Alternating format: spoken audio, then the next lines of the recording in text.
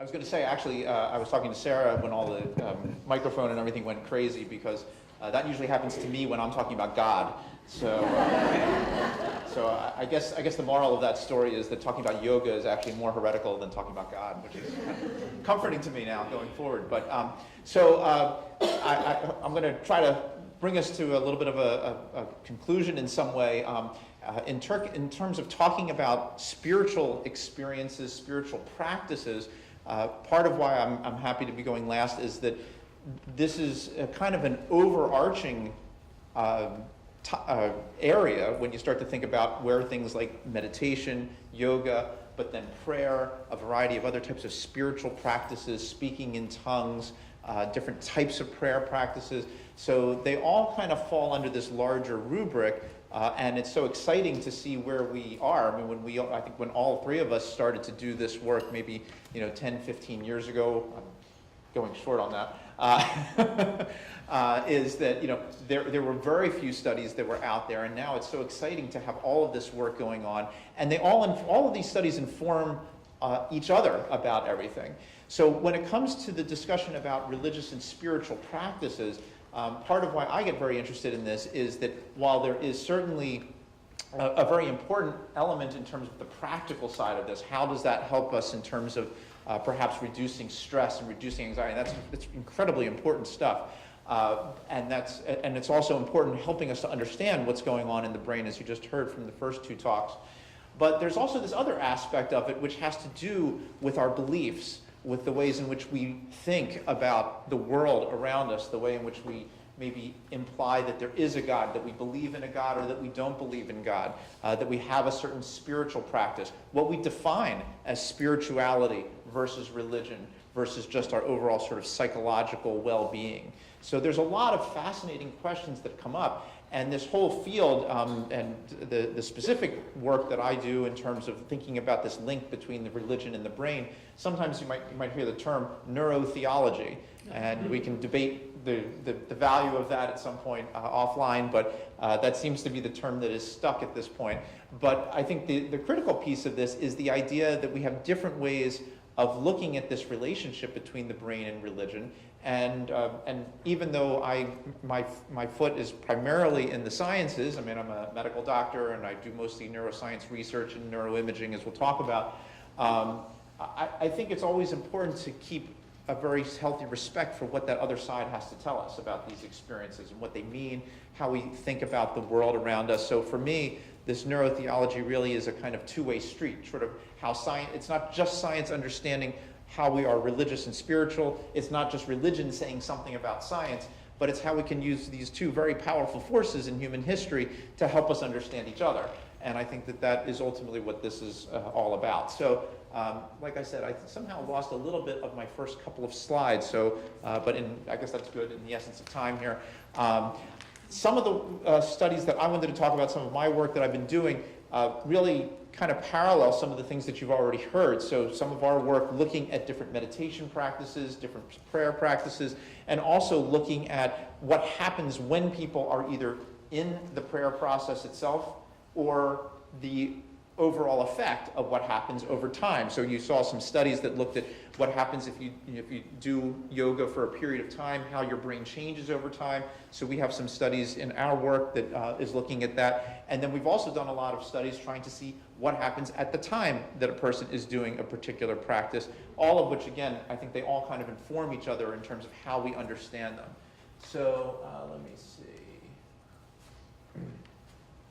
This was a study that came about in part, as Sarah was talking about, when some of the early work was done looking at that people might be different, people who are doing meditation versus people who aren't doing meditation, people who are spiritual versus people who are not spiritual. This is obviously one of the critical questions, and I get asked this a lot. I mean, what is the difference between a person's brain who says, yes, there absolutely is a God, and another person's brain who says, no, there absolutely is not a God?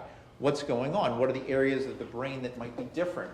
How can we start to think about that? The short answer is we don't have a clear answer yet, especially because whenever you look at any person's brain, that is for that one individual. And so as we start to think about the different beliefs that a person or people may hold, there could be a lot of different elements that may go into why we decide to believe something. It may be cognitive, it may be emotional, maybe the experiences that we had, it may be how our upbringing, whether our parents were religious or not, which may push us in one direction or another. And anything can push us in both directions. You could have very religious parents, and then you say, you know what, that was so overwhelming to me that I have to go in a different direction.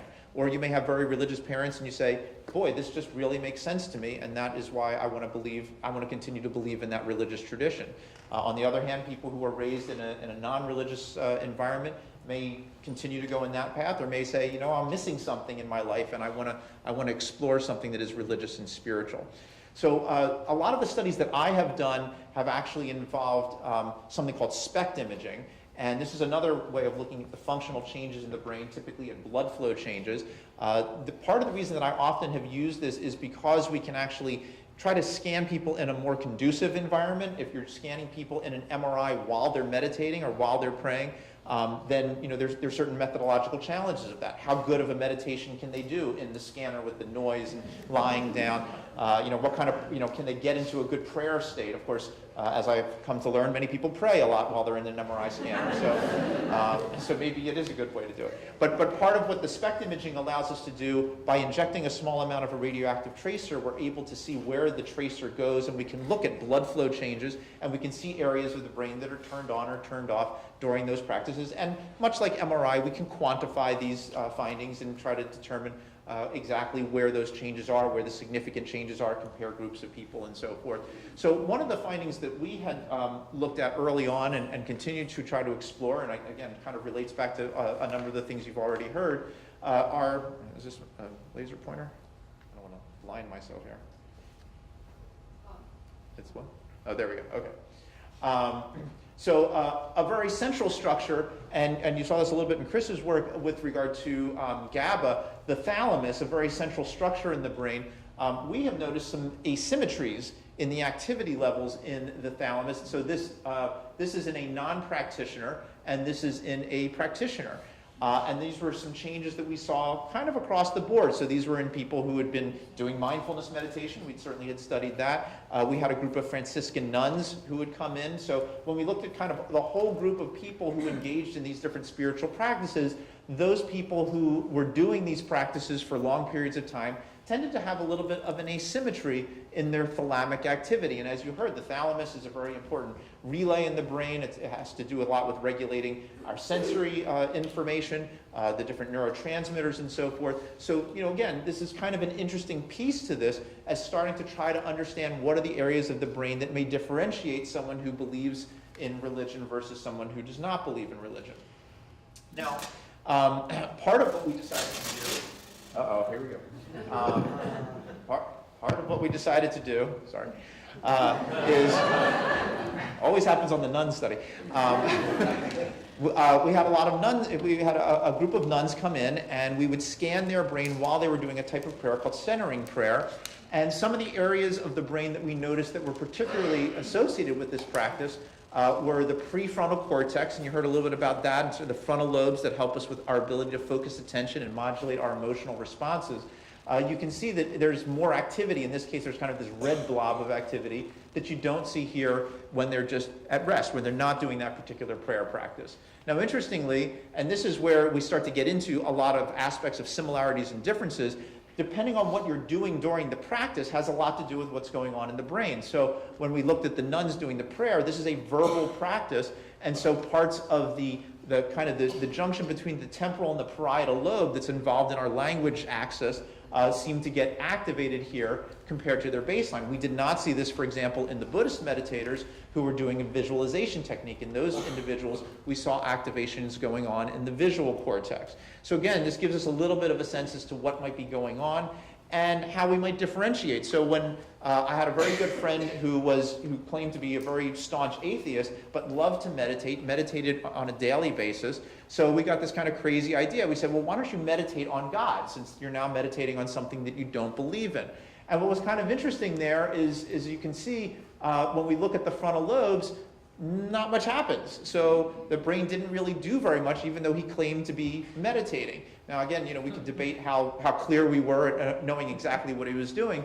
But I think one of the interesting little points that might come out of this is that whatever you decide to do, whether it's yoga, meditation, mindfulness, whatever it is, if you don't really buy into it, if you don't believe in it, if you don't engage it properly, then it isn't going to do very much for you. So part of the, one very key take home is to figure out what does work best for you, what is consistent with your beliefs, your approach to things, and then to find a practice that works. Because then, like the nuns, you're going to activate the brain, or like the studies that you saw from Chris and Sarah, when you're doing these practices and you're really into those practices, you get some very dramatic and very important changes going on in the brain itself. So this has already been kind of answered to a certain extent in the first two talks, but again, going back to what I was talking about in the thalamus, and part of was some of the comments with Sarah's early study looking at the thicker frontal lobes, the question is the chicken and the egg. Did they have frontal lobes that were thick to begin with, and that's why they became good meditators, or is it something that changed over time? And now, as we're seeing with the studies that they've already talked about, and then I'm going to show you, this was one of our studies, that the brain does in fact change over time. So these are functional changes over time now. And what we did was have people do a practice called Kirtan Kriya. It was 12 minutes a day. It's a mantra-based practice where you repeat certain phrases over and over again for 12 minutes. And while you're doing that, you move your fingers so that these are called mudras, and so it's a very coordinated kind of activity. And these 4 scans are from one of the individuals in our study. We did 20 subjects as part of this study. And again, the colors represent the activity. So red is more active than yellow, and then the blue and the black. The A scan is their baseline scan, basically walking in off the street. Then we taught them how to do the practice for the very first time and scan them again while they were doing that practice. Then the C scan is them coming back in 8 weeks later. The D scan is the final meditation scan. So if we look at the A scan and the C scan, which basically are comparable, this is resting brain function, we can see 2 very important things. One is where these arrows are looking at the thalamus. So this individual actually had a little bit of asymmetry in the thalamic activity to begin with, but as they did the practice after 8 weeks, they came back, the asymmetry was kind of gone. In fact, if anything, the other side was a little bit more active, and that side becomes even more active during the meditation. So this may have something to do with this kind of shift in how the activity in the thalamus changes over time. Because again, this is in the resting state, not even while they're doing the meditation. And similar to Sarah's study, we find increased activity, which is most likely going to correlate with the increased thickness that you're seeing on her scan, increased activity across some of these frontal lobe structures. So these are changes that are occurring over the time period. And as I always like to remind people, I mean, this is 12 minutes a day for 8 weeks. So you can imagine what's going on in a nun's brain who's praying for hours a day for 50 years, how that has changed her brain and the ways in which she thinks about the world and looks at the world. One of the studies that now kind of takes us a little bit in a little bit different direction, but just sort of shows you the breadth of what neurotheology and this kind of work may help us with, is how does our brain really kind of look at these different religious and spiritual ideas, concepts, symbols, and so forth. And one day when I was sitting in my medical school class, I was at a very boring lecture. They were talking about the visual cortex, and what they said, the lecturer said, that there were certain neurons that fire when we see a horizontal line and certain neurons that fire when we see a vertical line. And I was kind of dozing off as I was sort of listening to this, and I guess I kind of woke up at one point and I said, well, what's interesting about that is if you put a horizontal line and a vertical line together, you get kind of a cross. And I thought, well, gee, is it possible that the reason that a cross has such an important representation for us in terms of something spiritual isn't just because of the theological implications of what a cross is from the Christian perspective, but maybe there's something inherent about that symbol that affects the human brain. So, what we decided to do was start to show people different symbols. And in fact, I went to Google and I looked up all the images for different religious symbols in the world. And there's a lot of crosses. Interestingly, there's a lot of stars. And you actually saw a couple of circles with the yin and the yang, okay? One of the things that never shows up in the religious symbolism of the world is a square. I don't know why. It seems like a square is a perfectly reasonable object to be excited about. Of course, for those of you who go back a little ways, what did you call somebody who was not a real great person? You called them a square, right? So what's wrong with square? Why is it that a square is different than a cross? So we started to we came up with a whole list of different symbols that we tested with individuals, and we showed them to people, and we tried to see what areas of the brain were more or were affected by religious symbols versus non-religious symbols, and also those symbols that were more positively emotional, perhaps like a cross or a heart, versus those that were negatively emotional, perhaps like the devil, for example, like the image of the devil. And one of the things that we found out was that the main effect that we saw that differentiated religious versus non-religious symbols was actually in this little area here, which is kind of in the primary visual cortex. So that's kind of interesting because this is the area that is seeing those lines and shapes that are coming in from the outside world. This is before we're really processing the data. It seems that there's a difference between how our brain is affected when we look at a religious symbol versus when we're looking at a non-religious symbol. Now, the interesting question that comes about is, is it possible that our brain has been rewired by our beliefs that we now see across as being more fundamentally important? And almost all the subjects in our study were Christian, which raises other interesting questions about, well, what if we were to go to India and do or China or something like that and do a similar kind of study, or take people of different religious traditions? What would be, how would different symbols affect them? But I think, at least the take-home point from this early kind of preliminary work is that on a very fundamental level, there may be differences in how religious ideas, religious symbols may actually affect the brain. And we can begin to look at that by doing these kinds of brain scans. The last study that I want to talk about, so that we can get to your questions, was a study that we recently published that was looking at a group of individuals who underwent a 7-day Ignatian exercise retreat. So this was based on the Ignatian exercises. St. Ignatius was the originator of the Jesuit Christian tradition. The exercises are a combination of prayer, meditation. It's done in silence, and there's a retreat center that's near Philadelphia, about an hour outside of Philadelphia. So we scanned their brain, and then we sent them to the retreat, and then they came back. Well, one of the kinds of studies that we did, and this is the first paper that we published from this study, didn't look at what was going on in terms of the structure or the actual activity levels going on in the brain, but we wanted to see what was going on in their different neurotransmitters. So we did a type of scan called a Dada Scan that looks at serotonin and dopamine levels in the brain. And what was very interesting, it actually is looking at something called the dopamine transporter, which takes up excess dopamine or excess serotonin if it's the serotonin transporter. And what we found was actually a little contrary to what I thought was going to happen. I thought that because they would be releasing lots of dopamine, that the dopamine transporter would actually go up. It would upregulate because it said, oh, there's a lot of dopamine, I got to get rid of that. But what actually happened was that their dopamine and serotonin transporter levels actually went down. Now, so now I'm struggling to try to hypothesize what's going on. Part of what may be happening with this is that by having less amount of the dopamine transporter, that actually may potentiate the effect of dopamine in the brain. It might make our brain more receptive to dopamine releases or serotonin releases.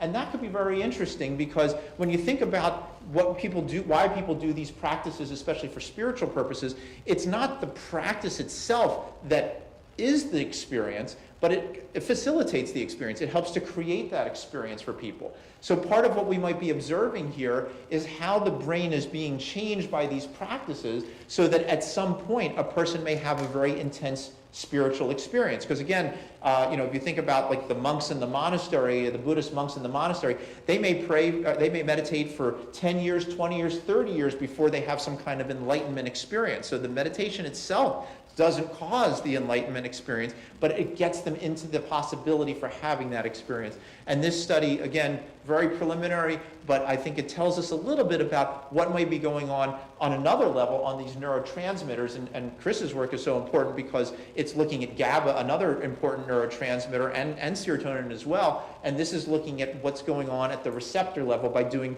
additional types of imaging. So that's why I say all of this work is all kind of helping to coalesce into helping us better understand the nature of these overall experiences. So there is, we are scratching the surface. There is a lot more for us to all learn and do. It's great to have colleagues like Chris and Sarah to be able to help all of us try to untangle all this information.